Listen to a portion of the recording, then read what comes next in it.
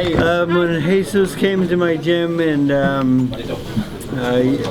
obviously we started working out together on the mitts, and I found out how strong he is and how hard he punches with both hands, and he was pretty impressive, and very, very solid. And fundamentally, though, he was kind of lacking in ring generalship and putting himself in bad positions and putting himself in the ropes or in the corners and so forth. So we started working on staying in the middle, not doing that, and he's so happy. He says, I learn something new every day from you. So he says that's all he wanted from his coach, and he says he's very happy where he's at right now. Yes, yeah. I just left the gym. He's working out right now, and obviously we're very close to weight, and we have about 1 pound to go. So, how's that dynamic been, Freddie, with you having to train Dennis and then Marvin taking over your duties while you're gone and away? You know, Marvin's the greatest assistant ever because, like, he does exactly what he's told, and he knows what I want this guy to work on, and he does a really good job.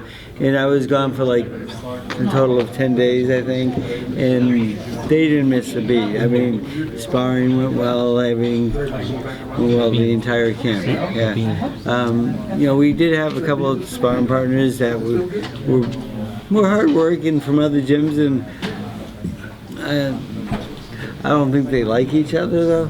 The sparring partner in my opinion, because they had sparred before and so forth, and a couple of low blows that snuck in there. Who was it? I don't know the guy's name though, but he's a good fighter. Marie, do you remember the guy's name? The low blows. He wouldn't come back? No, I don't. I just remember. Well, they came back with a bunch of people, didn't they? They came back with a bunch of people just in case the fight broke out.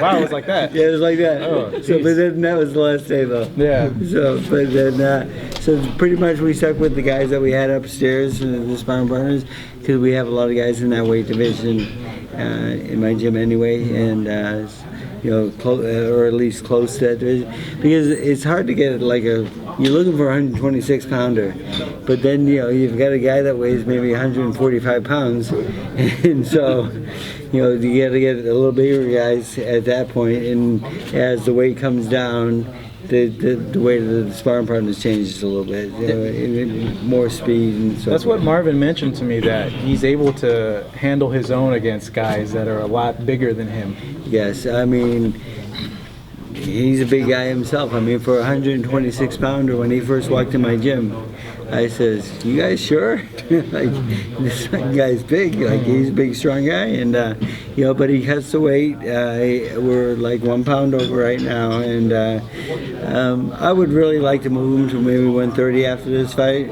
Even though maybe there's more attractive fights at 26 right now, I'm not sure which way we'll go, but I would like to see him fight at 30. I think he'd be a lot better off at 30 than 26. I think 26 is maybe a little bit of a chore to get to. Yeah, those Argentina guys are all very physical, and we've seen guys who are kind of brawlers, and you have to refine them a little bit. How was he as far as that? He was wild as could be, and we're trying every day to shorten all the combinations up, shorter punches, better combinations, and he's come a long way, and part of that learning process, I mean, he really likes to be told why he needs to improve and so forth, and not just do this and don't tell him why. Yeah. He likes to know why, and so he has shortened his combinations up a lot. His punches, he's not so big, not so wide, and obviously we're in with a very good opponent, and he came to me when I came back from Russia and said, "What if Mares does this?" And I said, well, if he does this, we have to make the adjustment, and then if he does that, we'll make that adjustment. And because everyone's really trying to change their styles and not be just the same guy that we see in film all the time. So everyone's trying to make changes, and that's part of what we have to work on in the game plan. I mean, we just don't work on one plan. If he does this, we'll do that. If he does that, we'll do this. So. How do you see it playing out? Because I want to say a lot of the riders feel that Cuellar is just going to be too strong. There's a big chance that he might catch Abner. I told him, he knows that I want a fast start, and I said I want you to show him your power right away, and I want you to be the boss, and I want you to be the aggressor. I want you to keep his back on the ropes, and don't let him come forward, and keep pressure on him and cut the ring off and control the ring the entire time. And again, he's ready for that. If he comes, he's going to show him his power, and I'm thinking maybe once he feels his power that he will move a little bit more, and if he does move up a little bit more, then we're going to start cutting the ring off and set traps for catch him in the corners or on the rope. So yeah, he's well prepared for that, and again, we have a couple of different game plans, but a lot depends on what he does. Freddie, how your record looks versus Robert Garcia? You have faced him corner to corner several times, several fights with Pacquiao. Yeah, I think I've faced him a couple times, but I really don't pay attention to that so much. I mean, it's funny because someone asked me the other night at the press conference in Russia, what's my record with me and Abel Sanchez? And I says, well, who gives a shit? I said, when the bell rings, we both sit down. I said, we don't fucking throw a punch. I said, but I think it was the first time I faced Abel. Really? Yeah, I think so. Wow. I can't remember ever facing him before. He's a friend of mine, and I said, he might be winning 1-0, but I think I got fucked. He would have had he had like Terry Narson, and he had Antion, and he had Golovkin, obviously, and you never trained anybody to fight against any of those guys, right? No, when he had his first champion, I wasn't even around. I might have been still fighting back then. Yeah, right. I think he might have, yeah. Abner was, everybody knew how great he was, and then, the Santa Cruz fight was a terrific fight. He's had a lot of wars. I mean, do you see things building up, the build-up of all those wars in him when you see him fight now? Yeah, it's for some reason, like this fight has been postponed like 4 times, and we've been in training camp, and then the way we got to change the date, and I said, do I send him home and let him go rest for a couple of days and get him out of camp? And his wife says no. So she goes, don't send him home. But at one point we did have to send him home to get a stamp on his passport. And so he did spend a couple of times during one of the breaks there. But the other times we just kind of slowed things down a little bit and just maintaining and just teaching him, again, more about how to control the ring. And so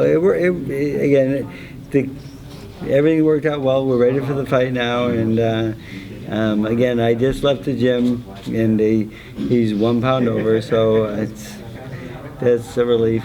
And because I worry about him making weight, because he's such a big guy coming into the gym.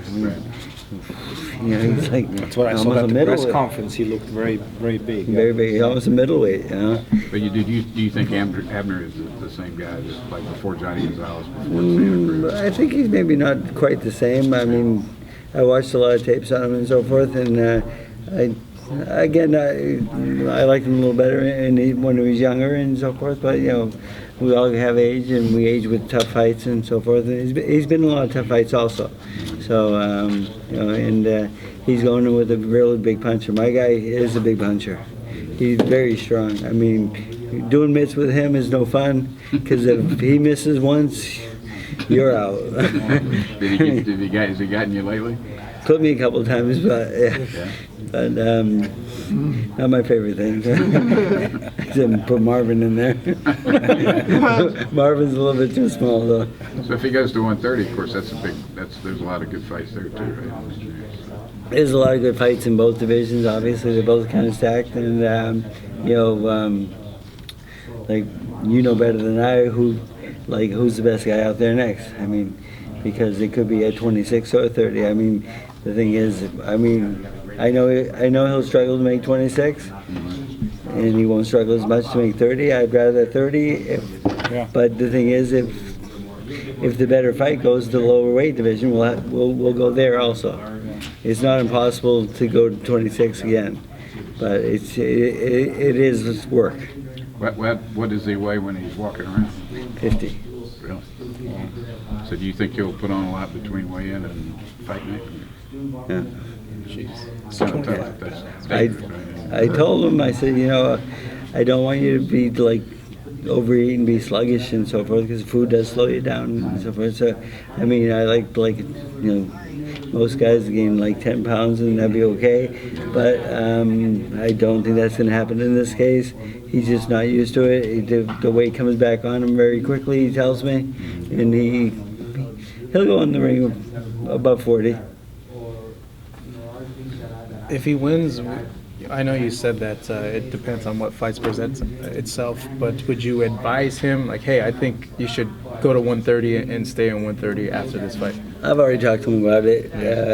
I have mentioned to him, I said, you're a good fighter, you're a champion at this weight. I said, I think you're good enough to win multiple titles. I think 30 and 35 are definitely in your future, winning both those titles, and I think he's very capable of doing that. He's a big puncher, and I think he'll even be stronger at the higher weight divisions, and he'll carry that punch up with him. What's his go-to? I mean, you're talking about being a big hitter. I mean, the A1 weapon. I know he's got several, but what's the one? He's a southpaw, and